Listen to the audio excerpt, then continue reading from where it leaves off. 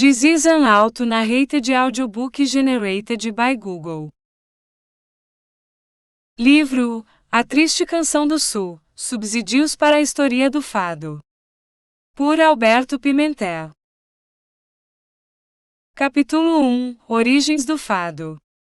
Os romanos incluíam Fatum na sua mitologia, como sendo a vontade expressa não só por Júpiter, mas também pelos outros deuses, em relação ao destino dos homens, das cidades e das nações.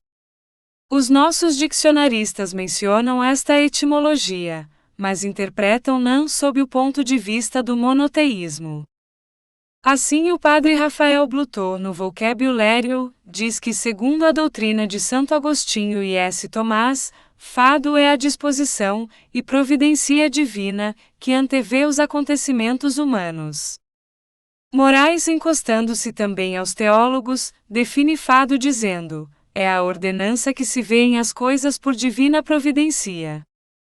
De modo que a diferença consiste em admitir a vontade de muitos deuses ou de um só Deus, mas o facto subsiste o mesmo tanto nas religiões politeístas como nas monoteístas.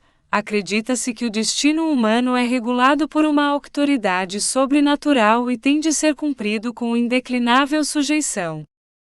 Os nossos poetas doutrora e ainda os modernos deixaram-se dominar pela crença na fatalidade do destino, cuja infelicidade lamentam como escravos da sorte. Bastará citar o exemplo de Bocage. Que eu fosse enfim desgraçado, escreveu do fado à mão. Lei do fado não se muda, triste do meu coração. O nosso povo, à semelhança dos poetas, tem sido sempre fatalista, explica suas faltas e desgraças, e também sua boa fortuna por uma imposição da lei do fado. No primeiro caso diz, estava escrito no livro dos destinos ou era fado, tinha de ser assim. No segundo caso, tive sorte, estou em sorte, etc.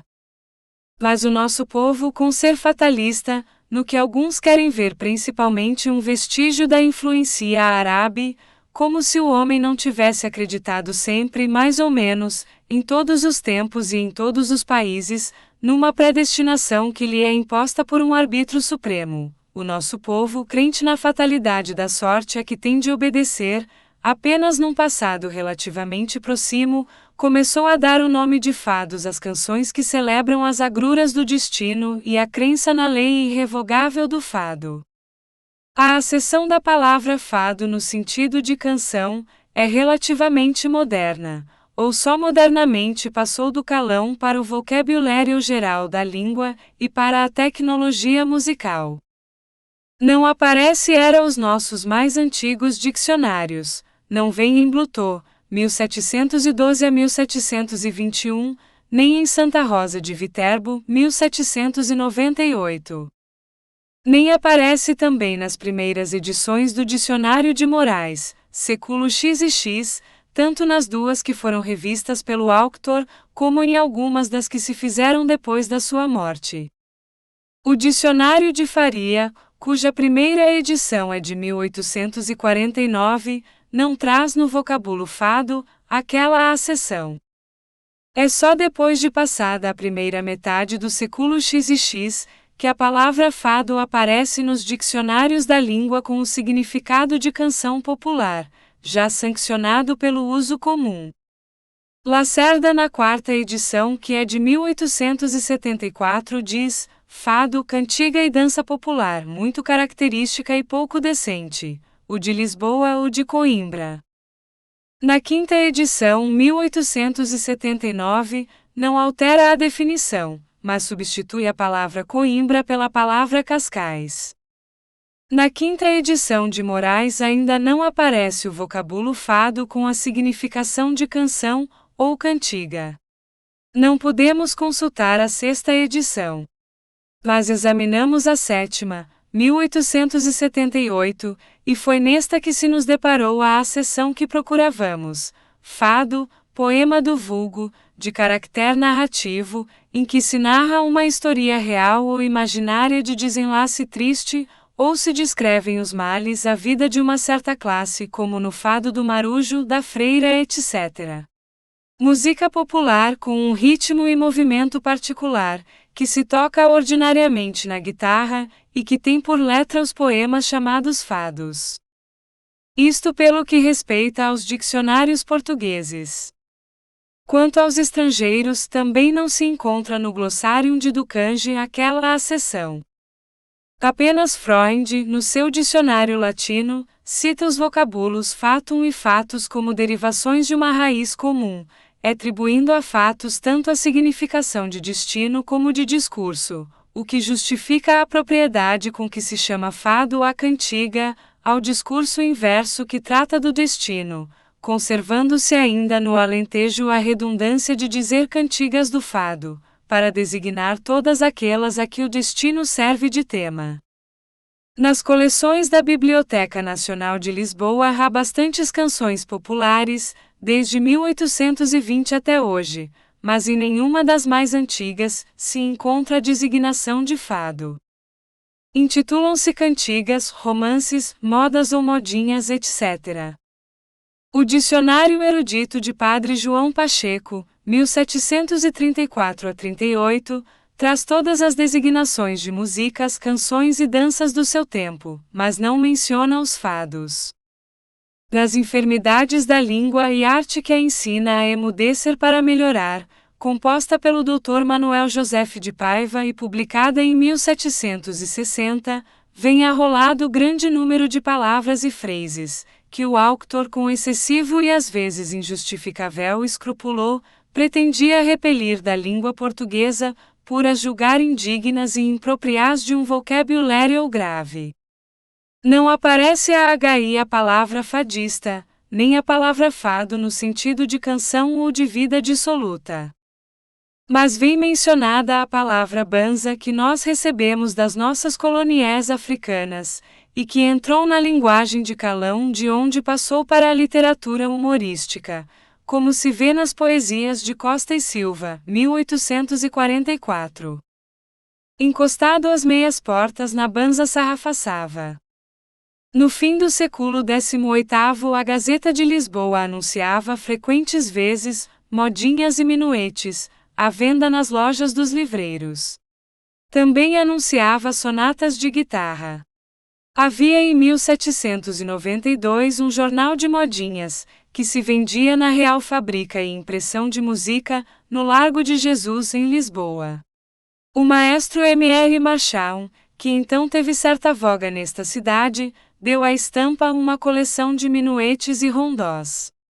Este mesmo maestro explorava a música das ruas, glosava os pregões das vendedeiras, por exemplo, azeitonas novas com variações, peça composta sobre o pregão de uma vendedeira de Lisboa, Gazeta de 26 de fevereiro de 1793. Mas a designação fado não aparece ainda em nenhum dos anúncios que recomendavam as músicas populares. Beckford, nas suas cartas sobre Portugal, apenas se refere às modinhas, acompanhadas à guitarra. É que no século XVIII a modinha estava em voga no nosso país, dominava por toda a parte, até no teatro, onde Antônio José da Silva, o judeu, a aproveitou como elemento essencial das suas composições dramáticas. Teófilo Braga diz que a modinha, conquanto seja uma criação musical do gênio português, se chamava brasileira, porque no Brasil se conservou, levada para ali pelos negociantes e colonos, e do Brasil a trouxe na sua inteireza primitiva Antônio José da Silva, que abandonara a pátria aos 8 anos de idade, e achava nessas caçonetas uma recordação da infância. Stafford, na História da Música, diz que as arias nacionais dos portugueses eram os lunduns e as modinhas. Fettes fala de Espanha, mas não de Portugal. Em toda a graciosa coleção da Macarrônia, que tão pitorescamente retrata a vida acadêmica de Coimbra no século XVI, não há notícia do fado, mas sim de outras canções que os estudantes cantavam, mil e trovas, como diz o Sabonete Delfico. Na feição à moderna ou logração desmascarada vêm especificadas algumas dessas canções portuguesas e espanholas, e logo dareis 2 gaitadas, fazendo o compasso com o pé, e seguindo o sonoro com a cabeça. Victor quem canta, lá vai bela arma miseira, ou outra da moda, depois entregar a algum curioso instrumento sair para o meio com o chapéu na mão a desafiar algum circunstante, dar 4 voltas de pé cambel, ou bem ou mal, que sempre no fim cisrar de aplaudir com catarro. Acabada esta primeira jornada gritareis dizendo, venha doce que estou esfalfado, e depois de consolar a barriga comendo doce os que há de satitatem, saireis outra vez com o segundo papel lançando uma nesga de relação antiga VG do Mariscal de Viron, ou de Carlos Osório, intimando no furor das ações a valentia, e nos requebros da voz a ternura, cortando o espanhol como queijo do Alentejo com faca flamenga, e no fim correspondendo aos vivas com perna trocada. Nicolau Tolentino, que morreu em 1811, fala no doce Londum chorado, nas modinhas brasileiras, cita algumas canções populares tais como De Saudades Morrerei e A Comporta, diz referindo-se à primeira. Cantada à vulgar modinha, que é a dominante agora. E aludindo à segunda. Que de noite à sua porta com famosos tangedores, que o Talaveiras conforta, lhe manda ternos amores, sobre as asas da comporta. Mas nem uma única vez faz menção do fado. Nenhum dos poetas portugueses que no século XVIII e na primeira metade do século XX se tornaram mais populares emprega a palavra fado na acessão de canção, ou cantiga. É certo que alguns estrangeiros que naqueles séculos, e ainda no anterior, visitaram Portugal, se mostraram impressionados, como Lord Beckford, com o tom plangente da música do nosso povo. O barão de La Rontan, que esteve em Lisboa no século XVI, diz que alta noite vagueavam guitarristas pelas ruas tocando umas arias fúnebres, como o De Profundis. Não lhes chama fado nem podia chamar, porque essa designação não era usada ainda. O erudito escritor portuense Sr. Rocha Peixoto escreveu no periódico Nova Alvorada um artigo a que deu o título de O Cruel e Triste Fado, e em que sintetizou a relação saixica existente entre o fado, canção, e a orientação histórica do povo português. O fado, pondera esse escritor, e o que nele se diz de sonho, de sombra, de amor, de ciúme, de ausência, de saudade, e principalmente de conformação com o cru e negro império do destino, eis o que exprime dramaticamente a feição da alma nacional. O fado é português, é toda uma mentalidade, é toda uma historia. Apenas o Sr. Rocha Peixoto se deixou arrastar por um flagrante anacronismo, quando diz que o infante D. Miguel de Bragança batia o fado. Oliveira Martins, que muitas vezes se enredou em salientes anacronismos, foi mais cauteloso quando pôs a canção Negro Melro na boca da plebe miguelista. Certamente que o povo, poeta das ruas, improvisador espontâneo e inconsciente, costumara cantar em público as suas desgraças e as da pátria, como faziam em mais alta graduação de mérito literário, os poetas cultos, ou repetiria as trovas destes poetas, quando eles exprimiam as dores da existência individual ou o luto pelas desgraças e dissabores nacionais. Sabemos que no século XVI se generalizaram na voz do povo as canções que lastimavam a ingente derrota do rei e do exército, em Alcáçarquíber. Miguel Leitão de Andrade na Miscelânea, traz uma dessas canções letra e música, mas dá-lhe o nome de romance, e tudo faz crer na sua origem popular. A estas toadas tristíssimas, não se chamava fados, nem chamou a nenhuma outra do mesmo gênero até depois de 1840. Hoje ainda os viajantes estrangeiros se impressionam profundamente com a melancolia e dolorida doçura das nossas canções populares, mas já todos as designam pelo nome de fados.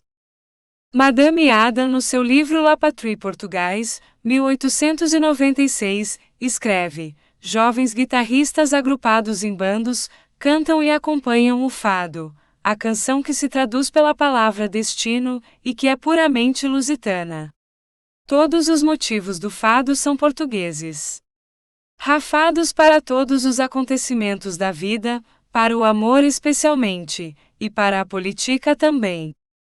Tal é o testemunho de uma inteligente e instruída mulher francesa, que reconheceu em os nossos fados um caractere privativo, uma expressão nacional, a alma de um povo, enfim.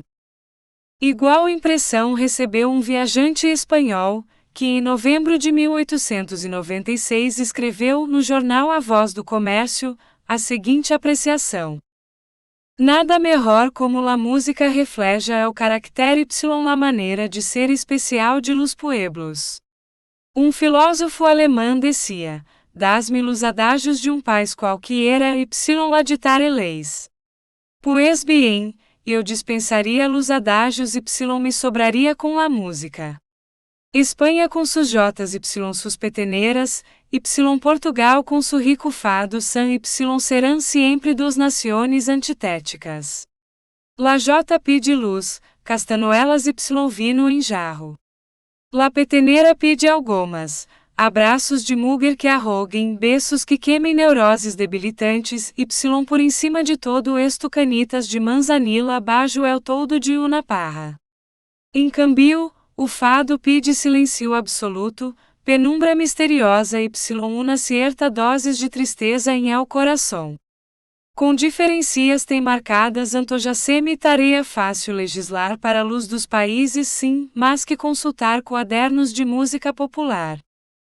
Só os escritores da atualidade, tanto estrangeiros como nacionais, fazem menção do fado no sentido de canção popular. Em um livro de memórias, aliás muito interessante e relativo à primeira metade do século XX, diz o seu autor falando do entusiasmo com que em Lisboa foi recebida a polca. Não só destronou o solo inglês e fez prescrever a gavota, como contribuiu também para a emigração do pirólito da Maria Cachucha, do beijo à saloia, do rei chegou e do passarinho trigueiro. Creio mesmo que só então deixou de cantar-se a antiga e popular romança, a nau Catrinheta, uma espécie de papão vai-te embora, com que os avós desde o princípio do século, vinham entretendo os serões e, acalentando os netos. Nem uma única palavra de referência aos fados. Mencionando a literatura de cordel nessa época, diz o mesmo autor. Ali, obras do arco da Rua Augusta, entretinham-me as toscas gravuras quase em papel pardo, do João de Calais, da Imperatriz Porcina da Cornélia Bororchia, e da Formosa Magalona, que à guisa de estendal de roupa, se baloiçavam bifurcadas no cordel que de lado a lado, se prendia ao tapume com que estava vedada a passagem do terreiro do Paço para a Rua Augusta. Também nenhuma referência aos fados que hoje se vendem em folhetos, muitos deles com gravuras toscas, especialmente os que se referem a grandes crimes ou outros acontecimentos de sensação, e que são apregoados nas ruas. No romance do padre João Cândido de Carvalho, vulgarmente Padre Rabecão, Eduardo ou Os Mistérios do Limoeiro, publicado em 1849, não obstante ser uma crônica muito interessante dos costumes populares de Lisboa naquele tempo, e começar por uma cena de taberna na Madragoa, hoje Rua de Vicente Borga, não aparece a palavra fado, conquanto haja uma referência a fadista. É a seguinte. Ao canto oposto existia uma outra banca, como para guardar simetria àquela de que falei, e sentado a ela estava um mancebo de 19 a 20 anos, de jaqueta chapéu a cristina, cinta de seda enrolada a fadista, calça de cotim enlameada, fumando no seu charuto de 5 réis, que acendia repetidas vezes enquanto acompanhava as fumaças com outros tantos golos de uma bebida quente que tinha mandado preparar por mais de uma vez, e em cada vez que a pedia por ter esgotado o copo, repetia: ó patrão, dê-me outra francisquinha. É o tipo do fadista, descrito em 1849, a beber vinho na taberna, usando do calão e do traje da sua classe. Mas o padre Rabecão, que viu o fadista, não ouviu o fado, nem a ele se refere nunca em nenhum dos 4 tomos do seu romance. Este facto leva-nos a formular uma hipótese, que oportunamente desenvolveremos. Tem-se dito muitas vezes que a origem dos nossos fados é árabe. Teófilo Braga inclina-se a esta opinião quando diz que os cantos conhecidos pelo nome de Ruda, pelo arcipreste de Rita, são ainda os nossos fados, que usados pelos tropeiros do Brasil coincidem com a descrição feita pelo arabista Calzin de Perceval. O arcipreste de Rita, de que Teófilo Braga deu várias composições no jornal literário Era Nova, e de que Amador de los Rios faz menção na Historia Crítica da Literatura Espanhola, compôs cantigas para cegos andantes e para tunas escolares, parecendo que também escrevera canções populares em árabe, o que aliás é contestado por alguns escritores. Mas como quer que seja, obedeceu manifestamente à influência árabe, ainda quando se dê por assente que não chegou a escrever nesta língua alguns dos seus cantares. Teófilo Braga, filiando-nos rudas os nossos fados, aceita-os pelo menos como um vestígio daquela mesma influência.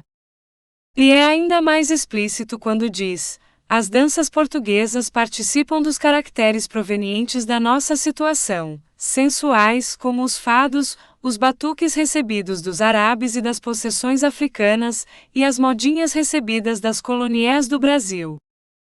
É verdade que nas epopeias da raça mozárabe, falando da chácara, usada pelos chaques ou ciganos, de onde veio a denominação chácara ou xissacarandina, diz que o nosso fado é uma degeneração da chácara, que pelas transformações sociais veio a substituir a canção de gesta da Idade Média. Ora, nós seguiremos outro caminho, não nos demoraremos a apalpar hipóteses.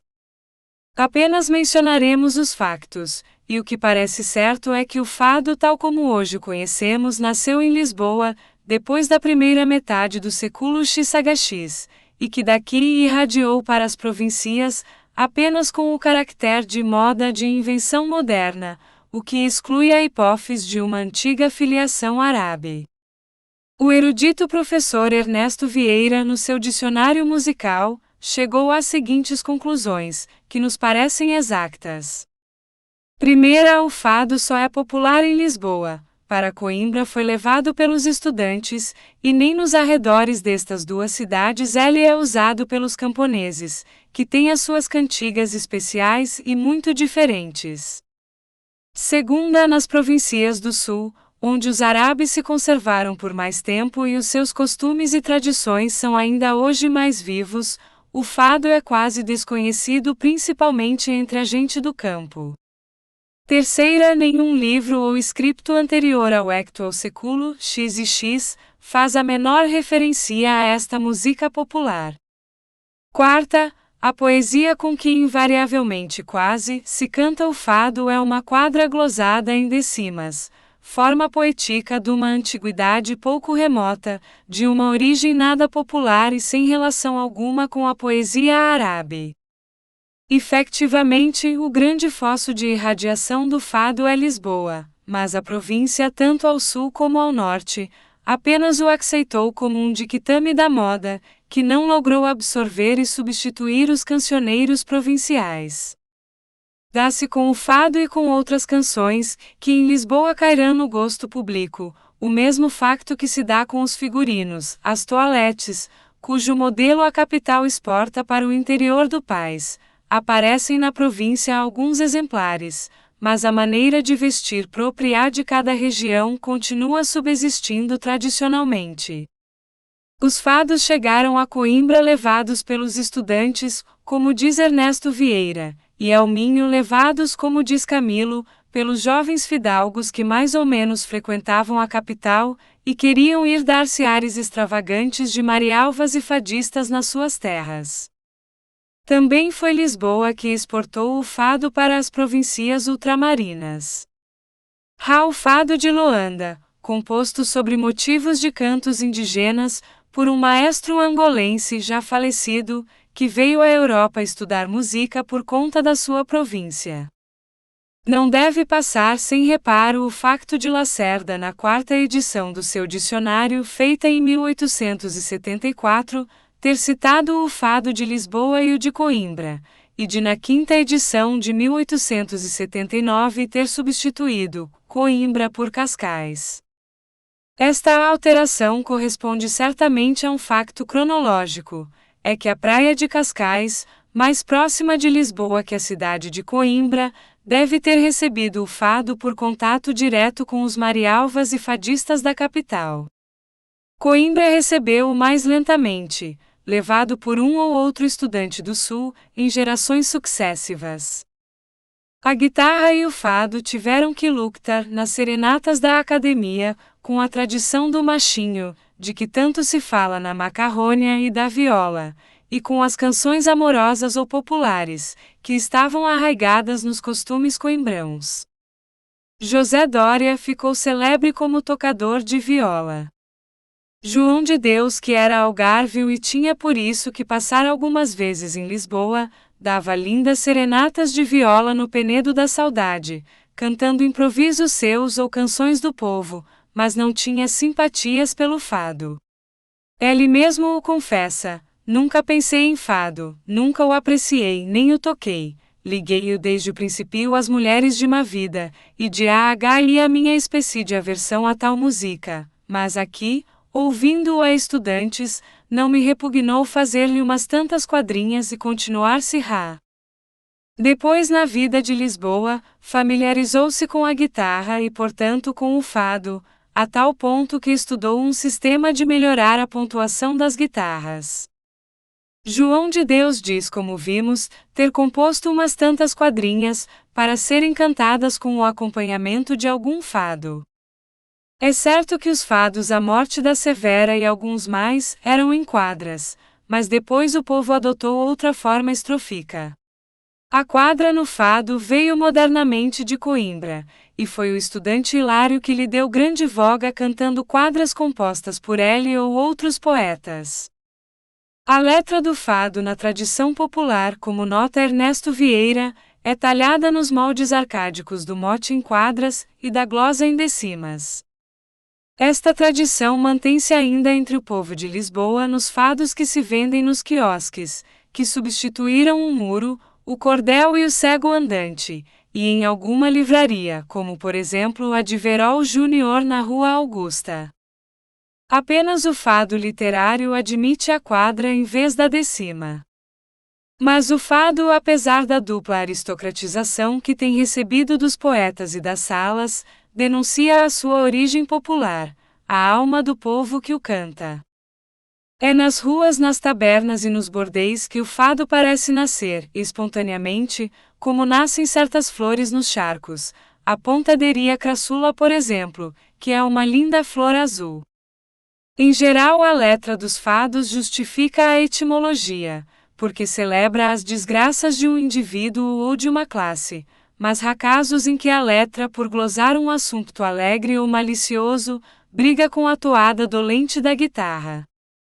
A música, o acompanhamento é sempre triste, como um eco da alma do povo, ingênua e sofredora, que pela sua rudeza não sabe procurar dificuldades nos efeitos musicais, contentando-se com uma toada simples e fácil, e que pela amargura do seu destino, está sempre disposta a carpir-se, a lastimar-se.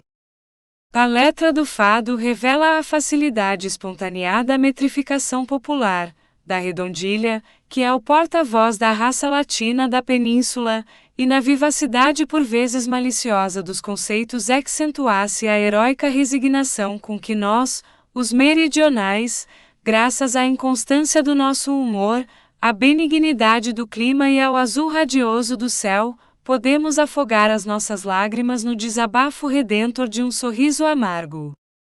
Assim é que nas cantigas do fado os assuntos mais tristes são temperados por um sabor picante de ironia, que lhes adelgaça o azedume, como por exemplo, quando o marinheiro conta a sua vida ao som da guitarra, sorrindo e zombando do seu próprio destino. Para o almoço feijão, ao jantar bolacha dura, nenhuma só vez sequer pode beber água pura.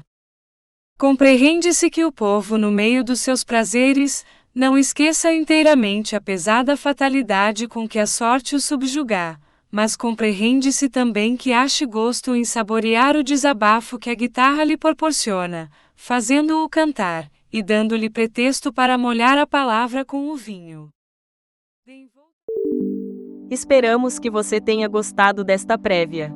Para continuar ouvindo este audiolivro no Google Play Livros, use o link na descrição do vídeo.